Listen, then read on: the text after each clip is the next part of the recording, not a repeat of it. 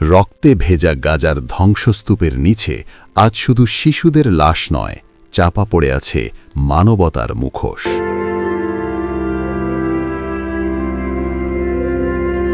আকাশ থেকে নামা বোমা যতটা ভয়ঙ্কর, তার চেয়েও বেশি নিষ্ঠুর সেই নীরবতা, যে নীরবতা কিনে নেওয়া হয়েছে তেল, অস্ত্র আর ক্ষমতার দামে। সফেদ পোশাক পরিহিত মধ্যপ্রাচ্যের দালালরা যেখানে পশ্চিমা প্রভুদের দরবারে তোষামুদি করছে, সেখানে ফিলিস্তিনের গাজা পরিণত হয়েছে পশ্চিমা হাইওয়ানদের নির্মম পরীক্ষাগারে। মধ্যপ্রাচ্যের রাজনীতিতে আজ এক ভয়াবহ নৈতিক বিপর্যয়ের চিত্র স্পষ্ট হয়ে উঠেছে। সফেদ পোশাক পরিহিত কিছু আরব শাসক ও প্রভাবশালী দালাল শ্রেণী, যারা প্রকাশ্যে ফিলিস্তিনের পক্ষে কথা বলার ভান করে, আড়ালে নিজেদের তোষামুদি করে চলেছে পশ্চিমা শক্তির অনুগ্রহে।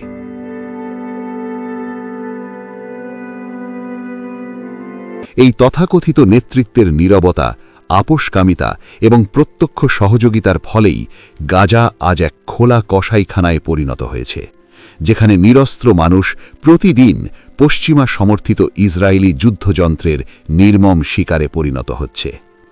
গাজার ওপর চলমান ধ্বংসযজ্ঞ কোনো বিচ্ছিন্ন সামরিক সংঘর্ষ নয়, এটি একটি পরিকল্পিত মানবিক বিপর্যয়।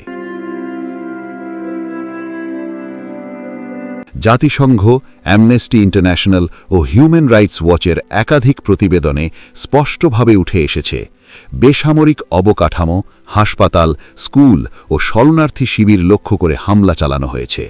কিন্তু এসব অপরাধের বিরুদ্ধে কার্যকর কোনো প্রতিরোধ গড়ে ওঠেনি, কারণ পশ্চিমা হাইওয়ান্দ, বিশেষত যুক্তরাষ্ট্র ও তার মিত্ররা, অস্ত্র, কূটনৈতিক ঢাল এবং অর্থনৈতিক সহায়তার মাধ্যমে এই আগ্রাসনকে অব্যাহত রাখছে।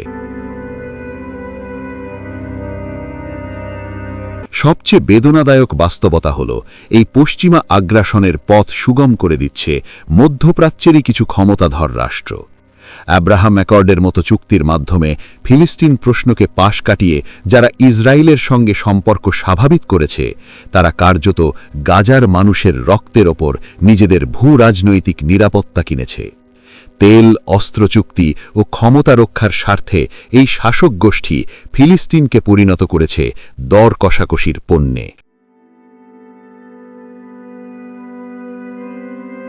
পশ্চিমা মিডিয়ার একপেশে বয়ানও এই গণহত্যাকে বৈধতা দিচ্ছে। গাজার শিশুদের লাশ যেখানে পরিসংখ্যান হয়ে যায়, সেখানে দখলদার রাষ্ট্রের প্রতিটি হামলা আত্মরক্ষা হিসেবে প্রচার করা হয়। এই তথ্যযুদ্ধের নীরব সহযোগী হয়ে উঠেছে কিছু আরব মিডিয়াও, যারা নিজেদের শাসকের স্বার্থ রক্ষায় সত্য আড়াল করছে।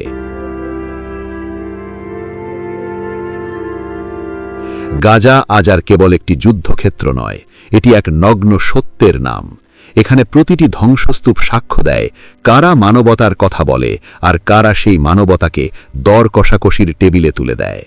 সফেদ পোশাকের আড়ালে লুকানো বিশ্বাসঘাতকতা, পশ্চিমা শক্তির পৃষ্ঠপোষকতায় চলা হত্যাযজ্ঞ এবং আন্তর্জাতিক ন্যায় বিচারের নির্বাক উপস্থিতি, সব মিলিয়ে গাজার মানুষ আজ বিশ্ব বিবেকের আয়নায় এক নির্মম প্রশ্ন ছড়ে দিচ্ছে।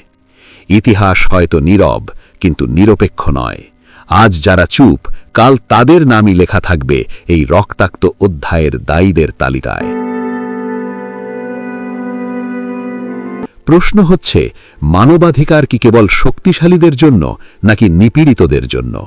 সফেদ পোশাকের ভণ্ড ধার্মিকতা, পশ্চিমা সভ্যতার মুখোশধারী বর্বরতা এবং আন্তর্জাতিক ব্যবস্থার নির্লজ্জ দ্বিমুখিতা, সব মিলিয়ে গাজার মানুষ আজ ইতিহাসের সবচেয়ে নিষ্ঠুর প্রতারণার শিকার।